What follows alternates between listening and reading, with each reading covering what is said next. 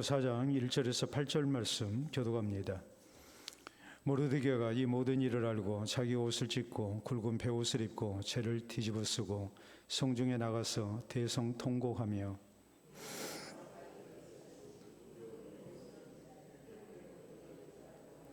왕의 명령과 조서가 각 지방에 이름에 유다인이 크게 애통하여 금식하며 울며 부르짖고 굵은 베옷을 입고 재에 누운 자가 무수하더라.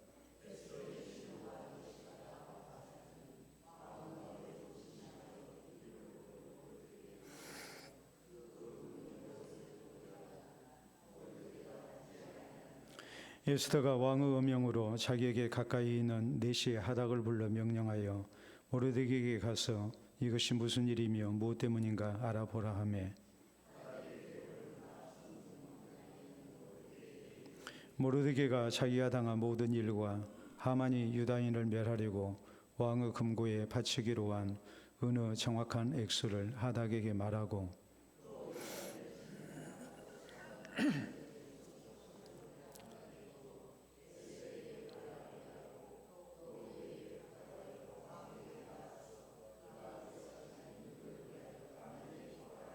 아멘. 오늘 에스더 강의 8번째 시간입니다. 중국의 유명한 역사가인 사마천이 쓴 사기라는 책이 있습니다. 이 사기라는 책에 보면은 이런 말이 나옵니다. 시대를 아는 사람이 시대를 바꿀 수 있다. 다시 말해서 이것은 뭘 얘기하냐면 시대정신을 말합니다. 시대정신이라는 것은 시대를 정확하게 판단하고 또 이 시대의 필요가 무엇인가 또 한편으로 그것을 얻기 위한 방법이 무엇인가를 알고 아는 데서 그치지 않냐고 이것을 행동으로 옮길 수 있는 사람, 이런 사람을 시대정신을 갖추는 사람이다 이렇게 얘기를 합니다. 한 나라의 지도자를 뽑는달지 또 나라가 세상이 힘들고 어렵고 어지러울수록 이제 시대의 정신을 가진 지도자가 필요하다는 것을 우리가 알 수가 있죠. 우리는 지난 시간에 하만에 의한 유다인 멸절 음모와 계획에 대한 내용을 살폈습니다. 1월에 제비를 뽑았는데 12월 13일에 나왔습니다. 11개월 후가 됐다고 그랬죠. 이것을 통해서 우리는 하만의 뜻대로 모든 것이 되어지지 아니한, 다시 말해서 세상이 되어지는 모든 일은 하나님의 절대 주권에 의해서 되어진다라는 그런 내용을 우리가 살폈습니다. 뿐만 아니라 이것은 하나님의 참으로 좋으신 섭리 가운데 되어진 제비뽑기였습니다. 왜냐하면 유다 백성들이 이제 하만의 이 음모에 의해서 온전히 멸절을 당하게 됐는데 11개월 후에 날짜가 잡혔기 때문에 이제 그 사이에 분명히 전세가 역전되고 그리고 유다인들이 보호를 받을 수 있었기 때문에 이것은 하나님의 좋으신 섭리 가운데 되어진 일이었다. 다시 말하자면 세상 일이 내 뜻대로 안 되는 것 같아도 여기에 하나님의 선하신 섭리가 있음을 우리가 믿어야 된다라는 그런 내용이었죠. 뿐만 아니라 하만이 지금 자기의 계획을 성취하기 위해서 이렇게 아하스로 왕에게 온갖 아첨을 늘어놓으면서 그리고 세밀한 계획을 세우죠. 왕의 국고에 1만 달란트를 이렇게 드리겠다고 그러면서 유다인들을 모함하고 그리고 저희를 다 죽여야 된다고 이렇게 해서 이제 왕의 허락을 받는 가운데 왕의 명령이 조서로 반포가 되고 거기에 왕의 인장반지를 찍어서 변개할 수 없는 국법으로 이렇게 이제 반포를 하게 합니다. 참 세밀한 계획을 세워가지고 이것을 옮겼던 사람, 그가 바로 하만이었습니다. 우리의 대적들이 얼마나 열심인가라는 걸 생각하고 하나님의 백성된 우리도 그에 맞서는 이런 열심 있는 바른 신앙의 자세가 필요하다라는 것도 우리가 지난 시간에 살폈던 말씀의 중요한 주제들이었습니다. 오늘 성경 말씀은 1절에 보면 이렇게 말씀이 시작이 되죠. 모르드게가 이 모든 일을 알고 자기 옷을 찢고 굵은 베옷을 입고 재를 뒤집어 쓰고 성중에 나가서 대성통곡했다. 모르드게가 이 모든 일을 알았다는 것은 무엇을 의미하겠습니까? 다름이 아니고 자신과 유다 백성들을 향한 이 하만의 음모, 이것이 어떻게 시작됐는지 모르드게는 알았다는 말이에요. 내가 하만에게 절을 하지 아니했더니 이것을 빌미 삼아서 나뿐 아니라 우리 유다인들을 다 죽이려고 이렇게 계획을 세웠구나. 그리고 이 계획 가운데 제비 뽑아서 날짜를 정했고 또 왕의 허락을 받아서 이것이 이제 각 민족의 말로 이렇게 적어져서 그래서 이 전국에 이제 반포가 됐다는 것, 이런 모든 과정을 다 모르드게가 알았다는 말이에요. 이런 것을 알았을 때 가만히 있을 수가 없죠. 그 계획을 알았습니다. 앞으로 어떻게 진행될는지, 또 어떤 목적을 가지고 이런 업무가 이렇게 세워졌고 또 지금 실행되고 있는지 이걸 모르드게가 다 알았습니다. 하만에 의해서 유다 민족이 멸절을 당하고 하는데 이런 모든 것이 하나님의 원수된 아말렉 족속에 의한 하나님의 백성 유다 민족을 이렇게 멸절하기 위한 음모라는 것을 모르드게는 간파했다는 말이에요. 그렇기 때문에 이 모르드게가 이걸 알고 그대로 있을 수가 없죠. 그는 시대를 알았습니다. 지금 세상이 어떻게 돌아가는지를 정확하게 알고 있었습니다. 그리고 지금 현재 되어지는 모든 과정에 있어서 내가 해야 할 일이 무엇인가도 알고 있었던 사람입니다. 시대 정신으로 충만했던 사람이고 또 이 시대 정신을 가지고 이제 이 시대에 하나님의 백성들 우리가 어떻게 보호를 받아야 되겠는가 이런 것까지 다 알고 있었던 사람이었습니다. 그리고 이것을 이제 실행하는 사람, 그가 바로 시대 정신이 충만했던 모르드게였고 이런 모르드게를 통해서 이제 유다인들이 이제 구원을 받는 하나님의 놀라운 역사가 나타납니다. 자, 여러분, 세상이 어지러울수록 누가 필요하겠습니까? 하나님의 사람들이 필요하지요. 그렇기 때문에 우리가 하나님의 사람으로 이 시대 가운데서 어떻게 쓰임을 받아야 될 것인가. 자, 모르드게가 시대 정신을 가지고 그가 어떻게 그 시대를 이렇게 하나님이 기뻐하시는 방향으로 또 자신들이 하나님 앞에 소원하는 방향으로 이렇게 이끌어갈 수 있도록 하나님의 섭리가 나타나게 했는가. 모르드게가 어떤 모습으로 헌신됐는가. 이걸 우리가 생각하면서 이제 우리도 이 시대를 위한 하나님의 사람으로 우리가 쓰임받을 수 있어야 된다는 말입니다. 그리스도인이 가져야 할 시대 정신, 이것은 그냥 위대한 지도자들만, 정치인들만 필요한 그런 시대 정신이 아닙니다. 이 세상 가운데서 하나님의 나라를 세우고 살아가야 하는 하나님의 백성들, 또 부패하고 타락한 세상에 물들지 아니하고 거룩한 하나님의 백성으로 살아야 할 하나님의 백성이 있어서 이 시대 정신은 우리 모두에게 다 필요한 덕목이라는 것을 우리가 알아야 되고, 이 시대 정신 속에서 우리가 이 시대를 위해서 어떤 하나님의 사람으로 어떻게 쓰임 받아야 될 것인가, 이것을 우리가 바로 알아야 됩니다. 자, 모르드게가 이 시대 정신 속에서 어떻게 하나님의 아름다운 도구로 쓰임 받았는가, 또 모르드게가 유다 민족을 살리기 위한 하나님 은혜를 구할 때에 이런 모든 일에 또 어떤 모습으로 또 협력한 사람이 있었는가, 이걸 보면서 우리 모두가 함께 이 시대를 위해서 꼭 필요한 하나님의 사람으로 쓰임받는 성도가 되어야 될 것입니다. 자, 먼저 우리가 생각할 때 모르드게가 이 모든 일을 알고 난 다음에 첫 번째 반응이 무엇이었는가라는 것을 우리가 생각해야 됩니다. 자, 1절에 보면 모르드게가 이 모든 일을 알고 자기 옷을 찢고 굵은 베옷을 입고 죄를 뒤집어쓰고 성중에 나가서 대성통곡했다라고 말씀이 나오죠. 옷을 찢었다는 것은 슬픔과 애통을 나타내는 그런 이제 일종의 상징적인 행위입니다. 퍼포먼스죠. 굵은 베옷을 입었습니다. 굵은 베옷은 검은 염소털이나 낙타털로 만든 거친 직물로 만든 옷입니다. 이건 상복을 얘기합니다. 자, 죄를 뒤집어 썼다고 했습니다. 이것도 역시 참으로 비천한 자기의 현 상태를 나타내는 그런 이제 상징적 행동이거든요. 그리고 그는 성중에 나가서 대성통곡했다고 그랬어요. 자, 2절에 있는 말씀을 보면 대궐 문 앞까지 이르렀으니 굵은 베옷을 입은 자는 대궐문에 들어가지 못함이라 그랬습니다. 대궐문에 들어갈 수가 없죠. 왜냐하면 이것은 법이에요.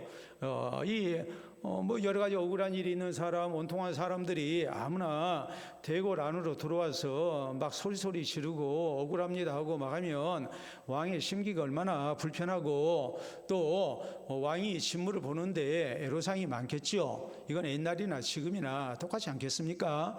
아무리 우리가 민주사회를 이뤘다 할지라도 아무나 대통령 만날 수 있고 하는 세상은 아니잖아요. 그와 똑같은 거예요. 또 또 암살의 위험이 있었기 때문에 아무나 대궐 안으로 이렇게 들어올 수가 없습니다. 그러니까 모르드게도 지금 상복 차림으로 대성통곡을 하면서 이렇게 소리소리 지르고 있지만은 대궐 안으로는 못 들어갔다. 이렇게 지금 성경 말씀을 하고 있는 거예요. 이어진 3절에 있는 말씀을 보면 왕의 명령과 조서가 각 지방에 이름에 유다인이 크게 애통하여 금식하며 울며 부르짖고 굵은 베옷을 입고 죄에 누운 자가 무수하더라 그랬습니다. 자, 모든 유다인들이 크게 애통하고 금식하고 울며 부르짖었다. 하나님께 기도했다는 말이에요. 자, 여기 되어지는 지금 내용을 보면 모르드게와 유다인들의 첫 번째 반응, 지금 이 시대가 하나님의 백성된 유다인들을 지금 다 죽이려고 합니다. 이것이 모르드게가 개인적으로도 알았고 또 주변에 조서가 반포가 돼서 모든 유다인들이 전국적으로 다 아는 일이 됐어요. 자, 이런 상황 속에서 모르드게와 유다 백성들의 첫 번째 반응은 저희가 애통해하면서 간절한 모습으로 하나님의 은혜와 도움을 구하는 기도를 했다는 사실이에요. 자, 우리가 시대정신 속에서 오늘 내 주변에 되어진 모든 일들 힘들고 어려우면 이것이 꼭 시대정신이 나라의 큰 일만을 생각하고 또 세계적인 큰 관심사만 얘기하는 게 아닙니다. 우리 가정에 있는 일일 수도 있고 교회에 있는 일일 수도 있고 또 내 개인적인 일일 수도 있죠. 지금 나와 관련된 이 세상이 지금 내가 원하는 대로 되지 않고 어려운 일을 만나고 참 힘들겠다라는 판단이 서면 또 지금 현재 고통스러우면 우리에게 필요한 자세가 뭐겠습니까? 하나님의 백성들이 한숨 쉬고 탄식하고 하면서 세상 못 살겠다, 이놈의 세상 망해버려라, 우리가 그래서는 안 되죠. 세상 사람들은 그런다 할지라도 하나님의 백성은 그래서는 안 되잖아요. 하나님의 백성이 가져야 할 신앙의 자세는 뭐예요? 애통해야 됩니다. 나의 연약함을 고백해야 됩니다. 아울러서 우리는 뭐 해야 됩니까? 이 세상 모든 만사를 주장하고 계신 하나님, 전능하신 하나님, 또 우리의 기도를 기다리고 계시는 하나님을 생각하면서 우리가 하나님 앞에 먼저 기도할 줄 아는 사람이 돼야 됩니다. 모르드게와 유다인들의 첫 번째 반응은 자신들의 비천함을 하나님 앞에 고백하면서 하나님 은혜를 구하는 부르짖음을 이렇게 토해냈다고 성경은 지금 말씀을 하고 있는 거예요. 여러분 잘 아시잖아요. 우리가 창세기 34장에 보면 야곱의 딸, 외동딸인 디나가 그 원주민 추장에게 이렇게 성폭행을 당합니다. 강제로 성폭행을 당하고 또 이로 인해서 이제 모두가 다 고민하는 그런 상황이 됐습니다. 그럴 때에 이 디나의 오라비들이 계략을 써서 이제 그곳 원주민들 다 죽여버렸습니다. 자, 이 일로 인해서 이제 야곱 가족은 그곳에서 살 수 없는 처지가 됐고 보복을 두려워해야 하는 그런 상황이 되고 말았습니다. 어찌할 바를 알지 못합니다. 정말 이제는 죽음을 기다려야 하는 그런 상황이 됐습니다. 그때에 우리가 창세기 35장에 이어지는 말씀을 보면 하나님이 야곱에게 나타나시죠. 그리고 그에게 하셨던 말씀은 네가 내 형 에서의 낯을 피하여 도망하던 때 내가 네게 나타났던 베델로 올라오라 했어요. 너 과거에 네 형 속이고 아버지 속이고 장자의 권리를 빼앗았지 않았느냐. 그래서 이로 인해서 네가 형에게 보복을 당하게 되니까 네 어머니의 말씀을 듣고 이제 외가 쪽으로 이렇게 도망갈 때 루스라는 곳에서 밤에 잠을 자다가 내가 너의 꿈에 나타나지 아니했느냐. 그래서 내가 너를 지켜주겠다고 분명히 약속을 했고 또 그로 인해서 네가 내한테 감사하면서 베개에 있던 돌을 세우고 거기에다 기름을 붓고 내게 제단을 쌓지 않았느냐. 그때 그 제단을 네가 뭐라고 불렀느냐? 베델이라고 불렀다고 그랬거든요. 이것이 다른 것이 아니라 여기에도 하나님이 계신다, 하나님의 집이라는 뜻의 베델이라는 지명으로 이렇게 불렀어요. 이 하나님이 하시는 말씀이 과거 네가 내 형 에서의 낯을 피하여 도망하던 때 내가 네게 나타났던 베델로 올라오라. 그러니까 야곱이 그때야 깨달아요. 이건 사람의 지혜로 해결될 수 있는 문제가 아니에요. 그냥 한숨 내쉬고 포기하고 있을 상황도 아니에요. 지금 뭐 해야 하는 상황입니까? 하나님을 찾아야 하는 상황이에요. 하나님을 찾아서 기도하라는 것이 하나님의 명령이었고 하나님 찾으니까 이런 문제들이 해결이 됐습니다.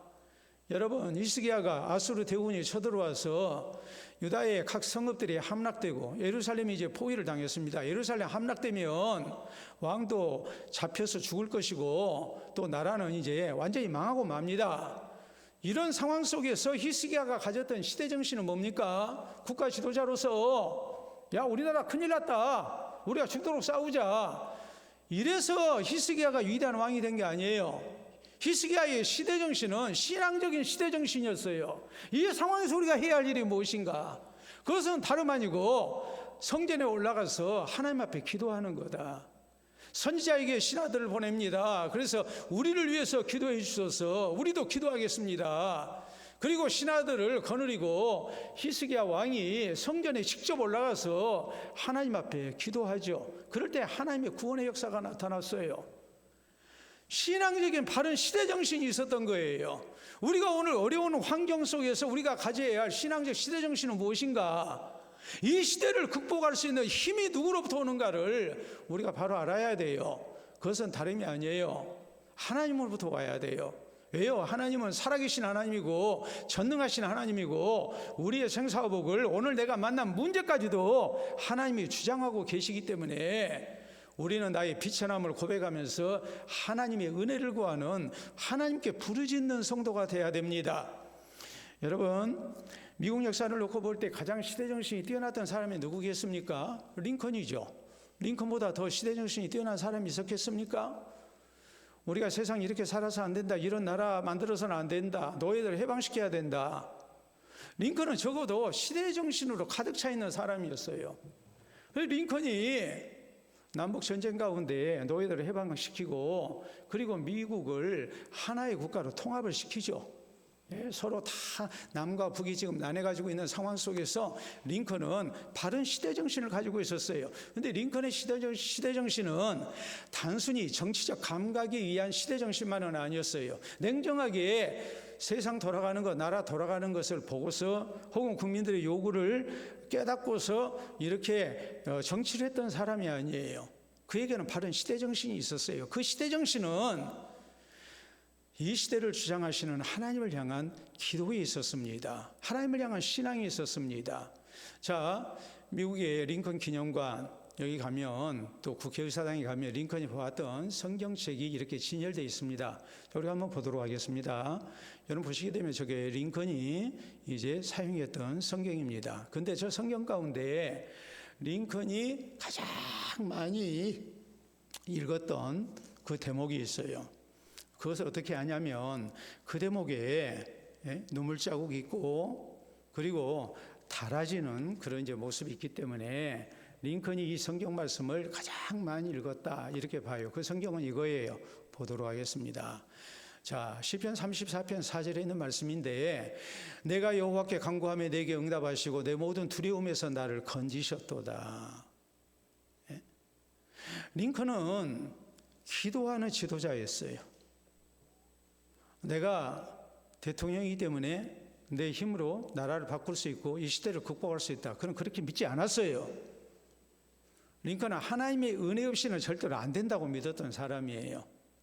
그러니까 우리가 링컨 하면 제일 먼저 떠오른 게 뭡니까? 물론 뭐 노예를 해방시키고 뭐 이런 얘기를 우리가 할 겁니다. 남북전쟁을 승리로 이끌었고 우리가 그런 생각을 할 겁니다. 그러나 신앙적 관점에서 볼 때 링컨에 대해서 우리가 가장 먼저 떠올릴 수 있는 것은 기도하는 대통령이었다는 사실이에요. 성경을 많이 읽고 기도를 많이 했던 지도자였어요. 신앙적인 시대정신이 바로 돼 있었던 거예요. 링컨이 개인적인 일이든지 가정 일이든지 또 나란 일이든지 그에게 있어서 최우선되고 최고의 대책으로 생각했던 것은 하나님을 향한 기도였습니다. 사랑하는 성도 여러분, 페르시아 제국, 바사 제국의 법은 아무리 억울한 일이 있고 고통이 있고 문제가 있어도 베옷 입고는 왕궁에 들어갈 수 없었습니다. 그만큼 왕은 일반 백성의 고통과 또 일반 백성들의 슬픔에 대해서 관심을 갖지 않았습니다. 도와주지도 않았습니다. 그런데 바사 제국의 아하스웨로 왕만은 그런 게 아닙니다. 오늘 우리의 삶을 놓고 볼 때도 어떤 사람이 고통스러워한다고 그래서 우리가 내 일처럼 염려해주고 그 고통을 나누려고 하지 않지요. 다 남의 일이에요. 정치인들도 국민의 어려움에 대해서 그렇게 생각할 때가 대부분이고, 우리가 서로에 대해서도 우리는 각자 도생의 시대를 살고 있는 것이 사실이에요. 그러나 우리의 왕 대신 우리의 하나님은 그러신 분이 아닙니다. 우리 구주 대신 예수님은 그러신 분이 아니에요. 우리가 히브리서 4장 15절에서 16절 사이에 있는 말씀을 보면 우리 가운데 있는 큰 대제사장 되신 예수 그리스도는 우리의 연약함을 동정하지 못하실 분이 아니요 그랬어요. 그는 우리처럼 육신을 가지셨지만 죄는 없으신 분이었다. 이 말의 의미는 이전 성경은 체휼이라는 단어를 사용했어요. 체휼이라는 것은 내가 몸소 겪고 긍휼히 여긴다는 말이에요. 불쌍히 여긴다는 말이에요. 우리 예수님께서 육신을 입고 우리 가운데 오셔서 우리 인생이 당하는 많은 고통을 당하셨습니다. 배고픔도 겪으셨고, 또 사람들한테 모함당하는 것, 혹은 권력의 그런 여러 가지 압박, 또 위협, 또 배신도 당하셨고, 또 폭행의 그런 위험도 우리 주님은 당하셨죠. 마지막에 십자가에서 죽으시지 않았습니까? 우리 인생이 당하는 모든 고통들을 우리 주님은 다 겪어보셨어요. 그리고 우리 인생이 얼마나 연약한가를 다 아시는 주님이시다. 이걸 아시고 주님은 우리의 연약함을 동정하시는 주님이라고 성경은 말씀합니다. 그리고 16절에 뭐라고 말씀합니까? 그러므로 우리가 긍휼하심을 받고 때를 따라 돕는 은혜를 얻기 위하여 은혜의 보좌 앞에 담대히 나아갈 것이니라 그랬어요. 내 어려운 사정을 우리 주님이 아세요. 세상 사람은 자기 울타리가 있어요. 그 울타리 안으로 못 들어오게 해요. 아무리 내가 힘들고 어려워도 내 울타리 안에 들어오지 못하게 만들어 버려요. 일정한 거리를 두고 모른 채 해버립니다. 안 보려고 그래요. 왜요? 보면은 부담스러우니까. 그러나 우리 주님은 그러신 분이 아니란 말이에요. 바사의 왕은 대궐 안으로 어려움 당한 백성들이 들어오지 못하게 했지만 우리 주님은 우리를 품 안에 안기를 원하세요. 이 주님 앞에 우리가 기도해야 돼요. 우리가 고난을 만날 때, 어려운 일을 만날 때, 또 우리의 연약함이 내 삶 속에서 이렇게 느껴질 때, 이것이 아픔이 될 때, 절망적인 상황이 될 때, 우리는 내 모든 아픔을 아시고 돕기를 원하시는 우리 주님을 기억하고 주님 앞에 나가야 됩니다. 하나님을 찾고 간절히 기도해야 됩니다. 그래서 하나님의 도우심과 은혜로 문제를 해결받는 성도가 되어야 됩니다. 이 신앙적인 시대정신이 우리에게 있기를 바랍니다. 두 번째, 오늘 성경은 모르드게가 왕후 에스더에게 이 사실을 알리려고 아주 애썼다는 사실이 나와요. 자, 거기 1절에 보면 모르드게가 이 모든 일을 알고 자기 옷을 찢고 굵은 베옷을 입고 재를 뒤집어 쓰고 성중에 나가서 대성통곡했다. 2절에 대궐문 앞까지 이르렀으니 굵은 베옷을 입은 자는 대궐문에 들어가지 못함이라. 이제 대궐문 앞까지만 가요. 들어갈 수 없다는 것은 누구보다도 모르드게는 잘 알 수밖에 없어요. 왜요? 그는 어디에서 근무하던 사람이었습니까? 대궐문에서 근무하는 관리였어요. 그러니까 보통 때 일반 백성이 대궐 안으로 들어오려고 하면 막는 사람이고, 이런 대궐의 왕궁의 법도를 잘 아는 사람이에요. 더구나 상복을 입고 들어간다는 거 있을 수 없는 일이죠. 그러니까 대궐 문 앞까지 나가지고 대성통곡을 하는 겁니다. 그런데 왜 그랬을까? 왜 모르드게가 내가 왕을 만날 수도 없는데, 아니 답답하고 슬프면 내가 골방에 들어가서 열심히 하나님 앞에 기도하고 해도 될 것 같은데 왜 상복을 입고 죄를 뒤집어 쓰고 그리고 대궐 문 앞까지 대성통곡하면서 가가지고 거기서 말 그대로 하나님 앞에 지금 막 통성으로 기도하면서 어떤 의미로 보자면 농성을 하는 거거든요. 왜 그랬을까? 이유는 크게 두 가지예요. 모르드게는 지금 왕에게 들으라고 하는 게 아니에요. 유다인인 자신이 먼저 하나님 앞에 애통해하며 부르짖는 모습을 다른 백성들에게 알리는 거예요. 다른 유다인들에게 이걸 알리는 거예요. 우리가 같이 기도해야 된다. 이 상황 속에서 우리가 해야 할 일이 무엇이냐? 우린 기도해야 된다. 우리 민족이 살 길은 기도밖에 없다. 하나님 은혜 없이는 안 된다. 이것을 사람들에게 보이고 알리기 위해서 모르드게는 지금 이 모습을 지금 나타내고 있는 거예요. 두 번째는 대궐 안에 있는 누구에게 알리기 위함입니까? 에스더에게 알리기 위해서 그런 거예요.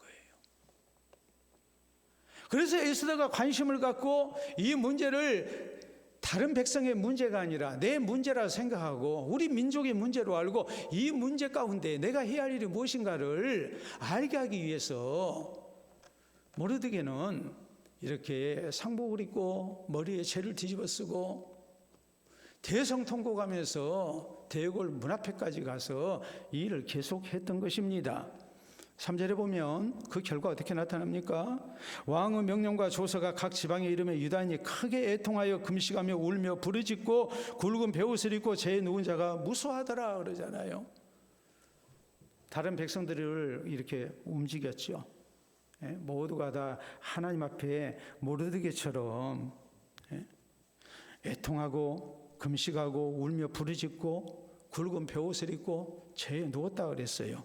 또 4절에 보면 에스더의 시녀와 내시가 나와 전하니 왕후가 매우 근심하여 입을 의복을 모르드게에 보내어 그 굵은 베옷을 벗기고자 하나 모르드게가 받지 아니하는지라 그랬거든요. 여러분, 밖에서 소란하죠. 그러니까 내시와 시녀들이 에스더가 이게 도대체 왜 이렇게 밖에 소란하냐 이렇게 물었겠죠. 거기에 대해서 이러해서 그렇습니다 라고 얘기를 해요. 모르드게가 이렇게 대궐 문 앞에까지 와가지고 저렇게 큰 소리로 울부짖고 있습니다. 그러니까 에스더가 굉장히 근심하고 갈아입을 옷을 이제 이렇게 모르드게에 보낸 거예요. 모르드게에 보냈던 이유는 뭐냐면 옷 갈아입고 대궐 안으로 뭐 하라는 거예요? 들어와서 나를 만나자는 거예요. 모르드게를 대궐 안으로 부르기 위해서 옷을 갈아입으라고 옷을 보낸 거예요. 근데 모르드게가 거절을 합니다. 보면은 그 굵은 베옷을 벗기고자 하는 모르드게가 받지 아니하는지라 그랬거든요. 그래서 5절에 보면 에스더가 왕의 어명으로 자기 가까이 있는 내시 하닥을 불러 명령하여 모르드게가 가서 이것이 무슨 일이며 무엇 때문인가 알아보라 하매라고 이렇게 말씀이 나오잖아요. 내시 하닥을 시켜서 자취정을 알아오게 합니다. 자, 여기서 우리가 하나 생각해야 됩니다. 이제는 누가 적극적이 됐어요? 에스더가 적극적이 된 거예요. 모르드게가 알리려고 했는데 이것이 에스더에게 전해졌고 이번에는 에스더가 너무나 답답하고 궁금한 나머지 내시를 시켜서 모르드게에게 도대체 무슨 일 때문인지 이유를 알아오라고 하는 거예요. 모르드게의 생각은 그것입니다. 이 문제의 심각성을 에스더가 알아야 된다고 생각을 한 거예요. 그래서 극단적인 행동을 한 거예요. 사실 에스더는 왕 앞에 나가서 자기 민족을 위해서 호소할 마음이 있었을까요? 없었을까요? 없어요. 자기가 유다인인 것도 숨겼잖아요. 거기다가 에스더는 또 뭐 했습니까? 지금 대궐 안에서 아주 호의호식하고 잘 먹고 잘 살고 있잖아요. 높은 지위를 누리면서 편한 환경 속에서 살고 있어요. 사람이라는 것이 우리가 헝그리 정신이라고 그러죠.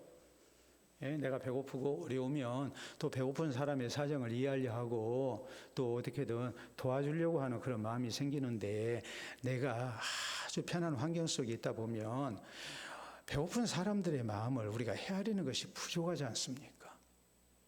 에스더도 몇 년의 세월이 흐르면서 충분히 그럴 가능성이 크다고 우리가 봐야 되거든요. 모르드게는 그것을 알고 있었어요. 그렇기 때문에 에스더로 하여금 이 문제의 심각성을 알고 내가 해야 할 일이 무엇인가를 깨닫고 나서게 하기 위해서 지금 모르드게는 이런 행동을 한 거예요. 자, 6절 7절에 있는 말씀 봅니다. 하닥이 대궐 문 앞 성중 광장에 있는 모르드게에게 이르니 모르드게가 자기가 당한 모든 일은 하만에게 절하지 아니했고 또 그로 인해서 하만의 미움을 산 일을 이제 얘기하고 있는 거죠. 하만이 유다인을 멸하려고 왕의 금고에 바치기로 한 어느 정확한 액수를 하닥에게 말하고라고 이렇게 말씀이 나와 있어요. 이 모든 일이 어떻게 시작이 됐으며 이것이 현재 지금 어떤 상태로 진행이 되고 있고 그 결국은 목적이 무엇인지 이것을 지금 정확하게 하닥에게 지금 얘기를 하는 거예요. 8절에 또 유다인을 진멸하라고 수상궁에서 내린 조서 초본을 하닥에게 주어 에스더에게 보여 알게 하고 또 그에게 부탁하여 왕에 나가서 그 앞에서 자기 민족을 위하여 간절히 구하라 하니 이것이 카드라 통신이 아니고 야 내가 들은 바 첩보에 의하면 하만이 우리 민족을 위해서 이렇게 지금 살해 음모를 멸절 음모를 꾀하고 있다더라. 그러니까 네가 뭔가 대책을 좀 마련하도록 해라. 그런 의미가 아니에요. 왕의 조서를 구해서 그걸 보낸 겁니다. 읽어봐라는 거예요. 이게 지금 아주 심각한 문제라는 거예요. 그리고 에스더가 해야 할 일이 무엇인가? 왕 앞에 나가서 우리 민족을 위해서 네가 구해야 된다라고 지금 말을 하고 있죠. 방법까지 자세히 가르쳐주고 있는 거예요. 자, 이 대목을 볼 때 모르드게는 바른 시대 정신을 가진 사람이라고 그랬어요. 지금 세상이 어떻게 돌아가는지 앞으로 세상이 어떻게 될 것인지 아는 사람이에요. 그런데 모르드게의 시대 정신은 신앙적인 시대 정신이라고 그랬어요. 그러면 신앙적 시대정신이면 하나님을 찾아서 기도하고 말아버렸느냐? 그게 아니고 내가 할 수 있는 일이 무엇인가? 또 에스더가 할 수 있는 일이 무엇인가? 우리 민족이 할 수 있는 일이 무엇인가? 이것을 알고 사람의 최선을 다하고 있는 거예요. 여러분 시대정신이라는 것이 신앙적 시대정신이라는 것이 사람의 노력, 사람의 수고, 사람의 최선을 배제하고 하나님께 부르짖는 것이 시대정신이라고 생각해서는 안 돼요. 신앙적 시대정신은 우리의 생사부를 주장하시는 전능하시는 하나님을 찾아서 기도하는 것 당연히 있어야 되지만 또 한편으로 하나님이 우리에게 주신 지혜를 통해서 또 우리에게 주신 환경과 또 내게 주신 재능 혹은 기회를 통해서 우리가 할 수 있는 일이 무엇인가를 알고 최선을 다하는 것이 신앙적인 바른 시대정신입니다. 여러분 느헤미야가 시대정신이 바로 된 사람이었어요. 페르시아 제국의 고위 관리로서 왕궁에서 편안하게 사는 사람으로 그는 만족하지 않았어요. 자기 동생이 예루살렘 성 갔다 오더니 성읍이 회파되고 성벽이 무너지고 불타고 그리고 사람이 살지 아니하는 그런 황무지가 되어버렸다는 얘기를 들었을 때 느헤미야는 하나님 앞에 울며 애통해야죠. 금식하지요. 그리고 하나님의 은혜를 구하죠. 그러는 과정에서 왕의 관심을 받게 됐고 또 왕의 호의를 이렇게 받게 되죠. 그가 유다 총독으로 부임했습니다. 그냥 단순히 예루살렘에 있는 성벽 쌓도록 해 주십시오. 그렇게 하지 않았어요. 자기가 직접 가잖아요. 여러 가지 방해가 있습니다. 어려움이 있습니다. 그때마다 느헤미야가 했던 일은 백성들을 독려해서 하나님 앞에 부르짖고 기도하면서 한 손에는 무기를 들고 한 손에는 연장을 들고 일을 했습니다. 낮에는 일하고 밤에는 파수꾼을 세웠습니다. 하나님을 향해서 기도만 하고 말아버린 사람이 아니에요. 우리가 해야 할 일이 무엇인가를 알고 그걸 위해서 최선을 다한 사람이었어요. 그럴 때 예루살렘 성벽을 쌓을 수가 있었어요. 또 여러분 생각해 보세요. 우리 예수님께서 천국 복음을 전하시는데 그냥 가만히 계셔가지고 사람들 나오게 하셨습니까? 우리 예수님은 이스라엘 전역을 돌아다니시면서 천국 복음을 전하셨습니다. 소외된 자를 찾아다니십니다. 어떤 경우 안식일에도 병자들을 고치시면서 얼마나 많은 수고를 하셨는지 모릅니다. 사람이 할 수 있는 최선을 다하시면서 천국 복음을 전하시고 우리에게 구원의 길을 가르치셨어요. 그래서 우리를 구원하신 거예요. 우리 성도가 위기를 만났을 때 우리에게 필요한 신앙적 대처, 마땅히 기도해야 됩니다. 그러나 기도만 해서는 안 됩니다. 할 수 있는 최선을 다해야 됩니다. 우리가 잘 아는 탈무드에 나오는 유명한 이야기죠. 자, 한번 보도록 하겠습니다. 글씨가 잘 안 보이실 것 같아요. 보여요? 자, 큰 우유통에 겨울이 3마리가 빠졌습니다. 자, 한 마리는 매사나 하늘에 달렸으니 기대하다 보면 무슨 수가 생기겠지 하다가 아무것도 안 하고 있다가 꼬르륵 빠져 죽었습니다. 또 한 마리는 이건 너무나 깊으니까 내가 헤엄치고 해봐야 소용없을 거야. 바닥도 안 닿고 하는데 위로 뛸 수도 없고 하면서 이 개구리도 자기의 최선을 다하지 않다가 역시 빠져 죽었어요. 근데 나머지 한 마리는 그렇지 아니했어요. 내가 지금 할 수 있는 일은 없어요. 그래서 이 개구리는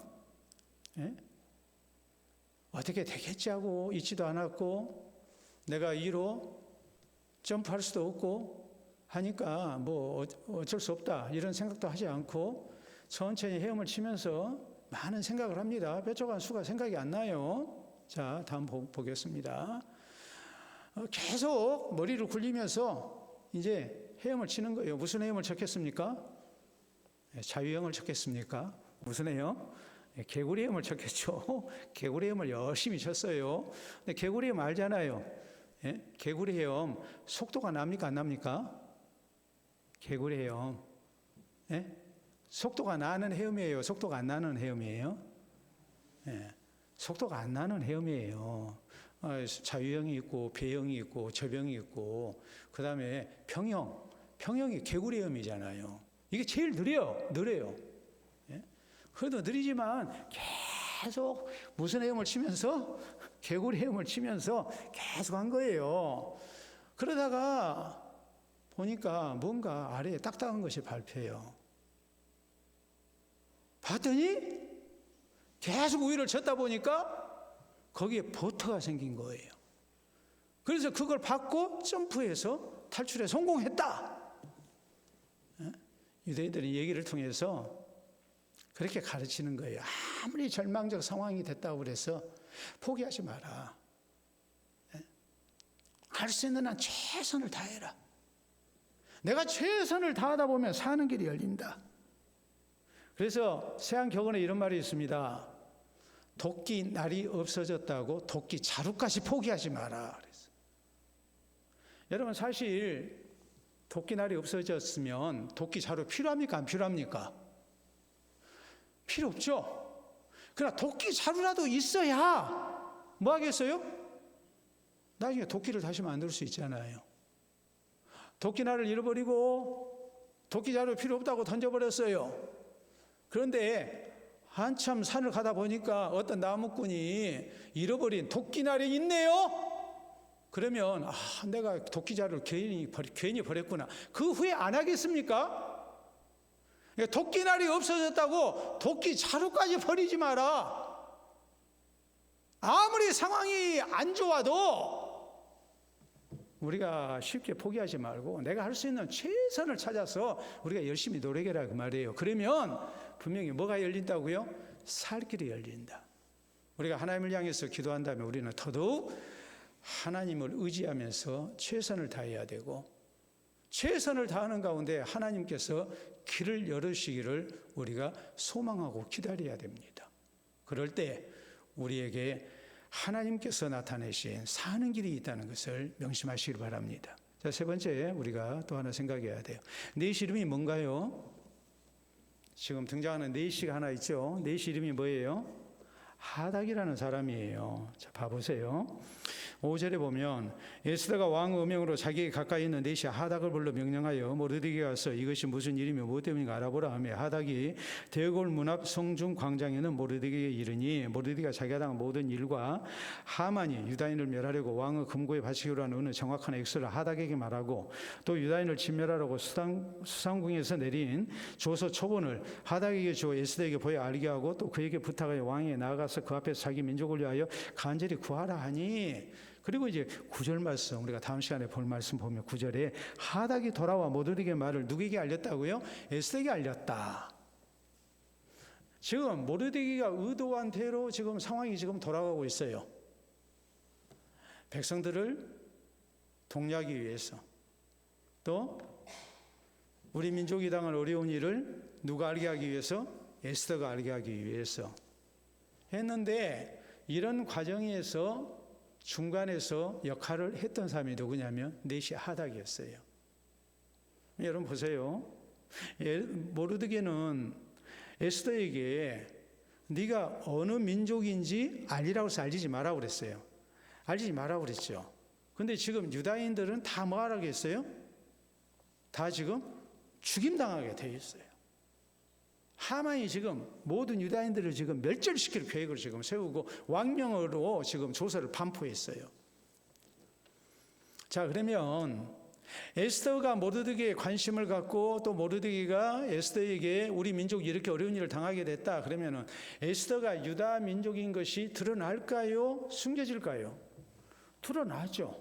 다른 사람은 몰라도 누구는 압니까? 누구는 알아요? 하닥은 알잖아요. 하닥은 알게 되잖아요. 하닥이 알게 되는데, 만약에 하닥이 하만을 두려워하고 자기 살 길을 먼저 생각했다면 하닥이 이 정보를 모르드게의 부탁을 받아서 에스더에게 왕비에게 알렸다 할지라도 이 정보를 누구에게 알리겠습니까? 하만에게 알려서 포상을 받으려 하겠죠. 왜요? 유다인들은 다 죽게 됐으니까. 이것은 바뀌지 않는 절대적인 그런 정책이니까. 시간만 지나면 유다인은 다 죽게 돼 있어요. 근데 아니, 왕후도 유다인이네요. 그리고 모르드게와 내통하고 있네요. 이런 상황이라면 이 하닥의 입장에서 내가 이것을 숨기다가 나중에 들통나서 내가 죽어야 될 것인가, 아니면 내가 이 정보를 하만에게 알려가지고 내가 포상을 받을 것인가? 여러분 같으면 어떻게 하시겠습니까? 일반적인 사람 같으면 이 정보를 가지고 누구한테 갔겠어요? 하만에게 갔겠죠. 그리고 큰 포상을 받았겠죠. 그런데 넷이 하닥은 그리하지 않았습니다. 그냥 자기에게 주어진 일을 성실하게 감당을 하고 있는 거예요. 숨어서 일하는 사람이 누구였냐면 바로 하닥이었어요. 여러분, 우리가 하나님의 일을 하는데 에스더처럼 높은 지위에서 일을 하고 아니면 모르드게처럼 이렇게 앞장서 일을 하고 그것만이 우리가 하나님 앞에 쓰임받는다고 생각해서는 안 돼요.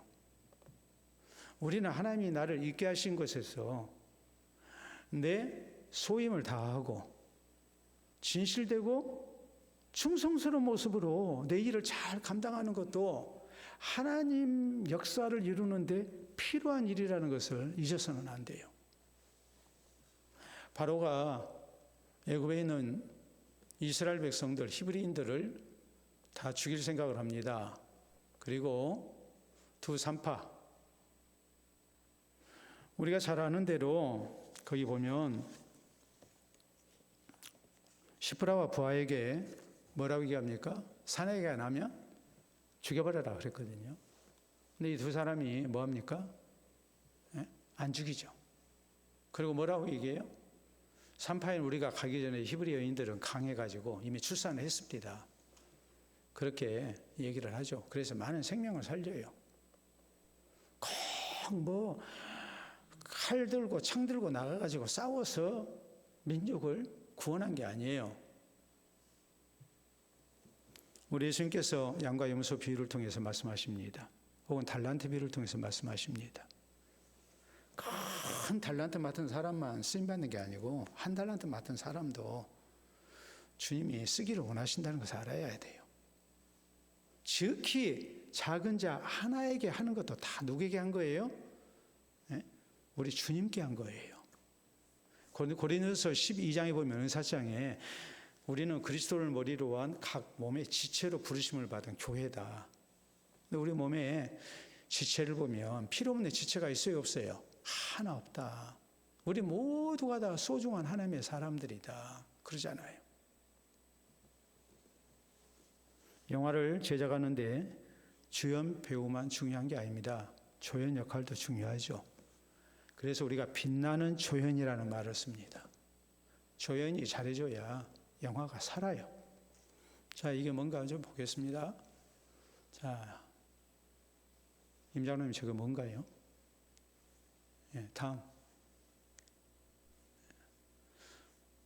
정윤희 권사님 저거 뭐예요? 예? 아카시아요? 예, 그거 거리가 멀고요. 자, 저게 이겁니다. 다음. 뭘까요? 예? 온나무. 아니고요. 자, 이겁니다. 감초예요, 감초. 예? 감초 하면 우리는 뭐라고 얘기합니까? 약방의 감초. 예, 빠진 데가 없어요. 한약재가 대략적으로 한 1600가지 돼요. 예? 엄청 많아요. 예? 제 과거를 얘기할까요?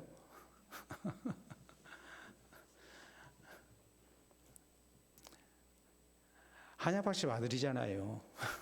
자, 1600가지 정도 되는데 이 모든 약초를 사용하는데 한약을 조제하는데 꼭 들어가는 게 뭐냐면 뭐예요? 감초예요. 왜 감초가 들어가야 되느냐? 한약은 써요. 근데 감초는 달아요. 또 감초는 해독작용이 있어요. 감초는 또 이렇게 열을 내게 해서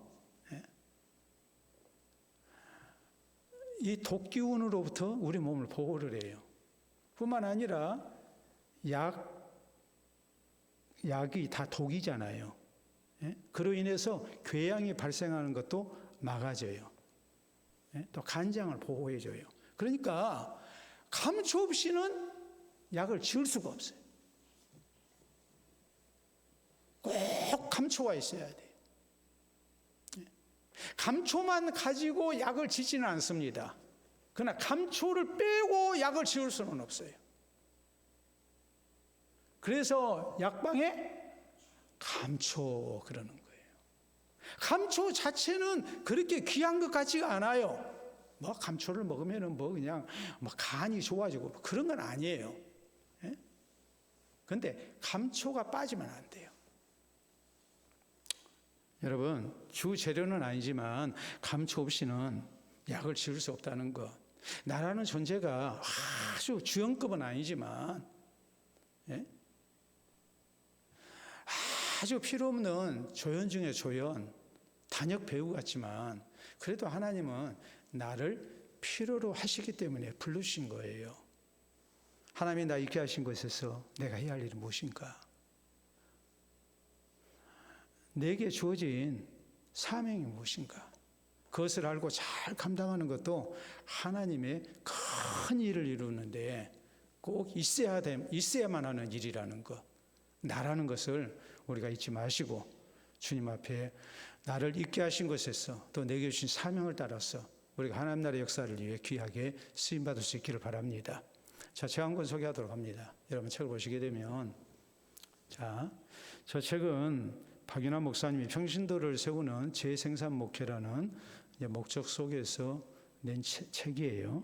그런데 여기 His way, His people이라는 말이 나옵니다. 그리고 하나님의 방법은 뭐다? 사람이다 라고 나와 있어요. 박윤환 목사님이 정한 저 제목은요, 중국 선교의 아버지라고 일컬음을 받는 허드슨 테일러 선교사가 했던 말을 인용한 겁니다. 허드슨 테일러 선교사는 이렇게 말했어요. 하나님의 방법은 사람이다 그랬어요. 하나님은 기적으로만 역사하시는 것이 아니에요. 하나님은 하나님의 사람을 통해서 역사하세요. 그러니까 우리 성도에게 있어서 우리에게 필요한 것이 뭐겠어요? 하나님 나라의 일을 위해서 하나님이 쓰시는 사람으로 우리가 준비되는 거예요. 하나님이 돈으로만 일하시고 하나님이 무슨 기적으로만 일하시고 천사를 통해서 일하시고 하나님은 그런 식으로만 일하시는 하나님이 아니에요. 하나님은 하나님의 사람을 통해서 하나님의 역사를 이루세요. 오늘 성경 말씀도 그러잖아요. 하나님이 에스더서를 통해서 우리가 볼 수 있는 것이 모르드게를 통해서 에스더를 통해서 하닥을 통해서 하나님의 역사, 구원의 역사를 나타내시잖아요. 그렇기 때문에 우리에게 시대 정신이 있어야 돼요. 이 시대를 보면서 하나님이 무엇을 원하시는가? 이 시대 속에서 우리가 해야 할 일이 무엇인가? 내가 어떤 모습으로 쓰임받아야 될 것인가? 하나님이 나에게 바라시는 것이 무엇인가? 그것을 우리가 바로 알아야 돼요. 우리 성도에게 오늘 말씀을 통해서 주시는 교훈이 뭡니까? 어려운 시대일수록 우리에게 하나님을 향한 뭐가 필요해요? 기도가 필요해요. 기도가 필요해요. 나의 비천함을 고백하면서 우리의 무능함을 고백하면서 하나님의 은혜를 구하는 그런 성도가 되어야 됩니다. 그리고 우리는 기도만 하지 말고 내가 할 수 있는 최선을 다해야 됩니다. 하나님이 나 있게 하신 곳에서 우리가 지극히 작은 일이라 할지라도 이것도 하나님께 꼭 필요한 일이다 생각하고 나 자신을 들이기면서는 성도가 돼야 됩니다. 그래서 하나님의 도움으로 위기를 극복하고 또 많은 생명을 살리는 하나님의 사람으로 이 시대 가운데 귀하게 쓰임받는 우리와 또 우리 교회 될 수 있기를 바랍니다. 기도합니다. 주신 말씀 생각하면서 하나님을 찾아 간절히 기도하고 또 나의 최선을 다하면서 내 역할과 내 직분 소중히 여기며 헌신되기를 우리 모두 다짐할 수 있기를 바랍니다.